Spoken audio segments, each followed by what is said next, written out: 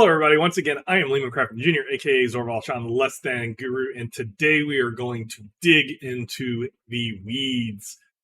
This is something that I basically kind of ignored for the first decade or two that I played Palladium First Edition, and I will explain what I did, why I did it, and my new system. So here we have the Palladium main book, hand-to-hand advancement. So if you have hand-to-hand soldier, each level you have certain things, and unlike later Palladium games, they just give, instead of saying 2 attacks at level 2, they would say 1 additional attack. So here it is not cumulative. So instead of the 1 damage adding to 3 to make 4, it is 1 damage, and it's a total of 3 damage for the hand-to-hand soldier. So that's how Palladium First Edition works. The wonkiness occurs when this is based off of a hand-to-hand combat skill, and you have individual, and this would be with any hand-to-hand weapon, or maybe any weapon. Maybe that's what you use. That's one of the things. Palladium doesn't explain it. But when you get to, actually I have it on a different tab, you get to missile weapons, they have a rate of fire. So if I have a sling at first level, I can swing. It's not a slingshot, it's a spinning sling. I can shoot off 2 sling stones per round. And short bow is 1, crossbow is 1, longbow is 2. And then if you look at the totals, when you get to level 15 with a sling, you're having 10 attacks. Short bow, you have 9. Crossbow, you have 7. Longbow, you have 9. But when you look at the hand-to-hands, the maximum is 5 attacks. You might get that at a different level, and the non-men-at-arms only gets 4 attacks. But the difference between a 5 and a 10 is double. Then you have to decide what happens if my player wants their character to switch weapons mid-melee round. And in the 15-second melee round of later games, maybe you just say, you can't. But the 1-minute rounds of Palladium First Edition, maybe that seems off, or it seems kind of strange. So right there, you already have a disconnect. One gives you a skill that if I use a large weapon, a large sword, or a spear, or a short sword, or any of the other weapon proficiencies that are melee, I get 1 to 5 attacks. But the other is if I use a sling or missile, each one of those weapons themselves is different. And then I would add my bonuses to spears and forks to my hand-to-hand, but do you do the same thing with weapons and hand-to-hand? And then it gets even more weird when you get into magic combat, which they can cast, a wizard, say, can cast 1 spell per level, and then at level 4, they get 2 spell attacks, and it's in bold and capital letters, 2 spell attacks per melee round. What if they want to swing a sword also? Because unlike D&D, and a thing that I liked about the magic users is they weren't limited by what weapons or armor they could use. It did give some negatives to being to wearing armor, but they could still cast spells, is what I want to say. Do these two, do they completely replace your hand-to-hand? Do they completely replace your rate of fire? Or can you only do those 2 or 1, and that's what you do for the round? And then psychic abilities don't have anything. So what happens? I ignored the magic, the psychic, and the ranged when I started playing Palladium First Edition, because I came from Robotech. And in Robotech, you shot your GU-11 gun pad from your Veritech the same amount as your hand-to-hand skills. So I just always used whatever your hand-to-hand, that's how many attacks you got, whether it was melee or ranged or spells or whatever, that's what you got.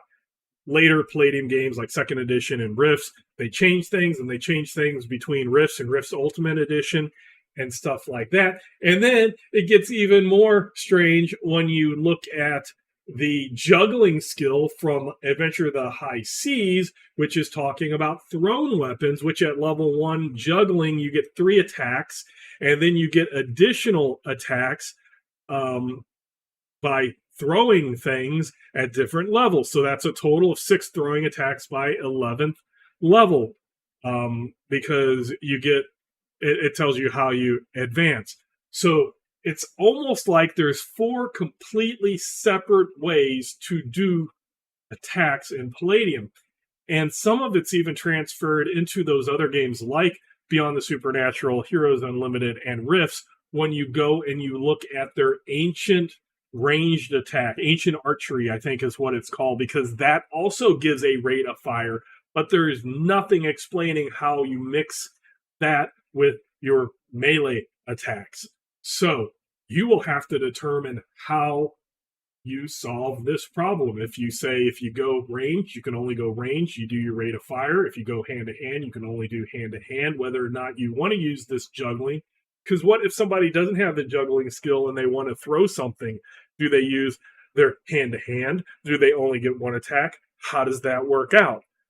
Oh, so what I did is I kept the base of hand to hand in all of these. And one of the things I really liked, and one of the things that I did not like about second edition of Palladium, is I love the uniqueness of the individual men of arms occupations having different styles, and that at different levels they got things. Even though priest could get soldier, they could get mercenary, and evil priest might even get, some of them might get thief, evil could get thief or assassin.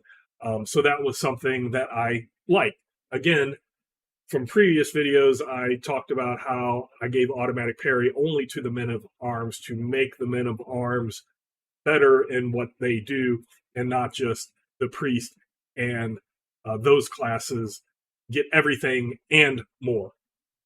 So what I did is, here is my hand-to-hand charts. Very, very similar to, almost the same in most cases to what these are. But then, instead of having it be weapons for ranged attack, I broke things up into what I call stances. So there's 4 stances. At the beginning of the round, I make every player decide what stance their character is going into. Are they going into a melee stance, a hand-to-hand stance? Are they going into a ranged stance, which is bows and crossbows? I have a throwing stance for throwing daggers, knives, playing cards, whatever. That type of thing. And then I have a mystic stance, which is if you're going to do spells or prayers or psychic abilities, that type of thing. So what I do is, then you will see I did a mystic stance. And basically this is pretty similar to how the wizards are here. So I just kind of took those similar things. I did get rid of the recognize enchantment, recognize magic items, I believe. Yes, you see that if you look at the wizard here. And I just gave them that as a skill, but I gave them a little bonuses for defense. And what I do is, if they're in the mystic defense, that's when they get the bonuses. They get that bonus because they're prepared mystically. When they're doing that, they don't get these hand-to-hand bonuses. So depending on what your stance is, you will get those bonuses. If you're in a different stance, you won't get a bonus. But your things like your weapon proficiencies for your weapons, you would get those bonuses if you, say, were a wizard in your wizard stance. And you could use, say at the beginning, you say, I'm going to be in my mystic wizard stance, but then circumstances occur which you get up to your turn and you want to stab. Well, you'll get your weapon proficiency bonus, but you would not get your non-men of arms, what I call the general. You would not get these bonuses. So that's kind of how I made the stances work with the weapon proficiencies. And then for ranged attacks, I also broke those out. Instead of having a rate of fire, I did different ranges. And I like the idea of having lots of different, like, hand-to-hand styles, but I didn't want to get that involved for every single OCC. that was a rogue or a ranger having something. So I only have a few of those. So I have archer, general, longbowman, and ranger. And in those, they get certain things. So they will get up to the 9 attacks, but that is by only shooting bows. And then they get these bonuses, and they can get the sniper, and they can get the targeting, and they can get those bonuses and their physical prowess bonuses. All of those can add to it, as well as their weapon proficiency for their longbow, their short bow, for their crossbow, etc. But they don't get their hand-to-hand bonuses. And then I did the same thing with thrown weapons, thrown stances. There's a general, there's a prestidigitator, and then there's a rogue. So there's 3 kind of levels of stances. Based on that, also I have what I call the quick stances or the long stances and the short stances. So my long or slow stances, those are your hand-to-hand and your mystic, because they will have less attacks. And what I allow that for is they can move and attack at the same time in the same action. And they can swap out. So your like I said before, your mystic could use a knife. Your hand-to-hand could use one of those attacks to shoot a bow or throw something, but they're going to be limited by say they're level 4 and they have evasive combat, then they're only going to get 2.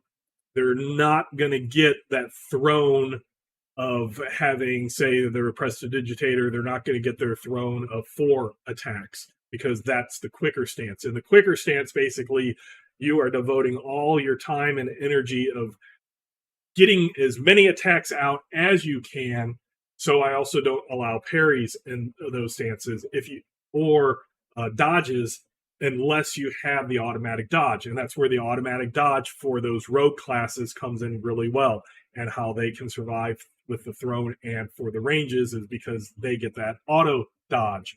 So basically that's kind of how I did at the beginning of the round. I tell everybody choose your stance, and then they know that they use that bonuses. I use a VTT on Foundry where I've put in all those calculations into the GRPGA, the General Role-Playing Game Aid system, and it all calculates. So they press a button, they're in their stance, and all of those bonuses are added, and then it shows. But if I was doing this tabletop, it would be choose this. You would get these bonuses. You would get your physical prowess bonuses. You would get your weapon proficiency bonuses and like targeting sniper, but you wouldn't get your hand-to-hand bonuses, and you could not switch to a hand-to-hand. Also, if I switch, I have a thing kind of like I talked about the conditions.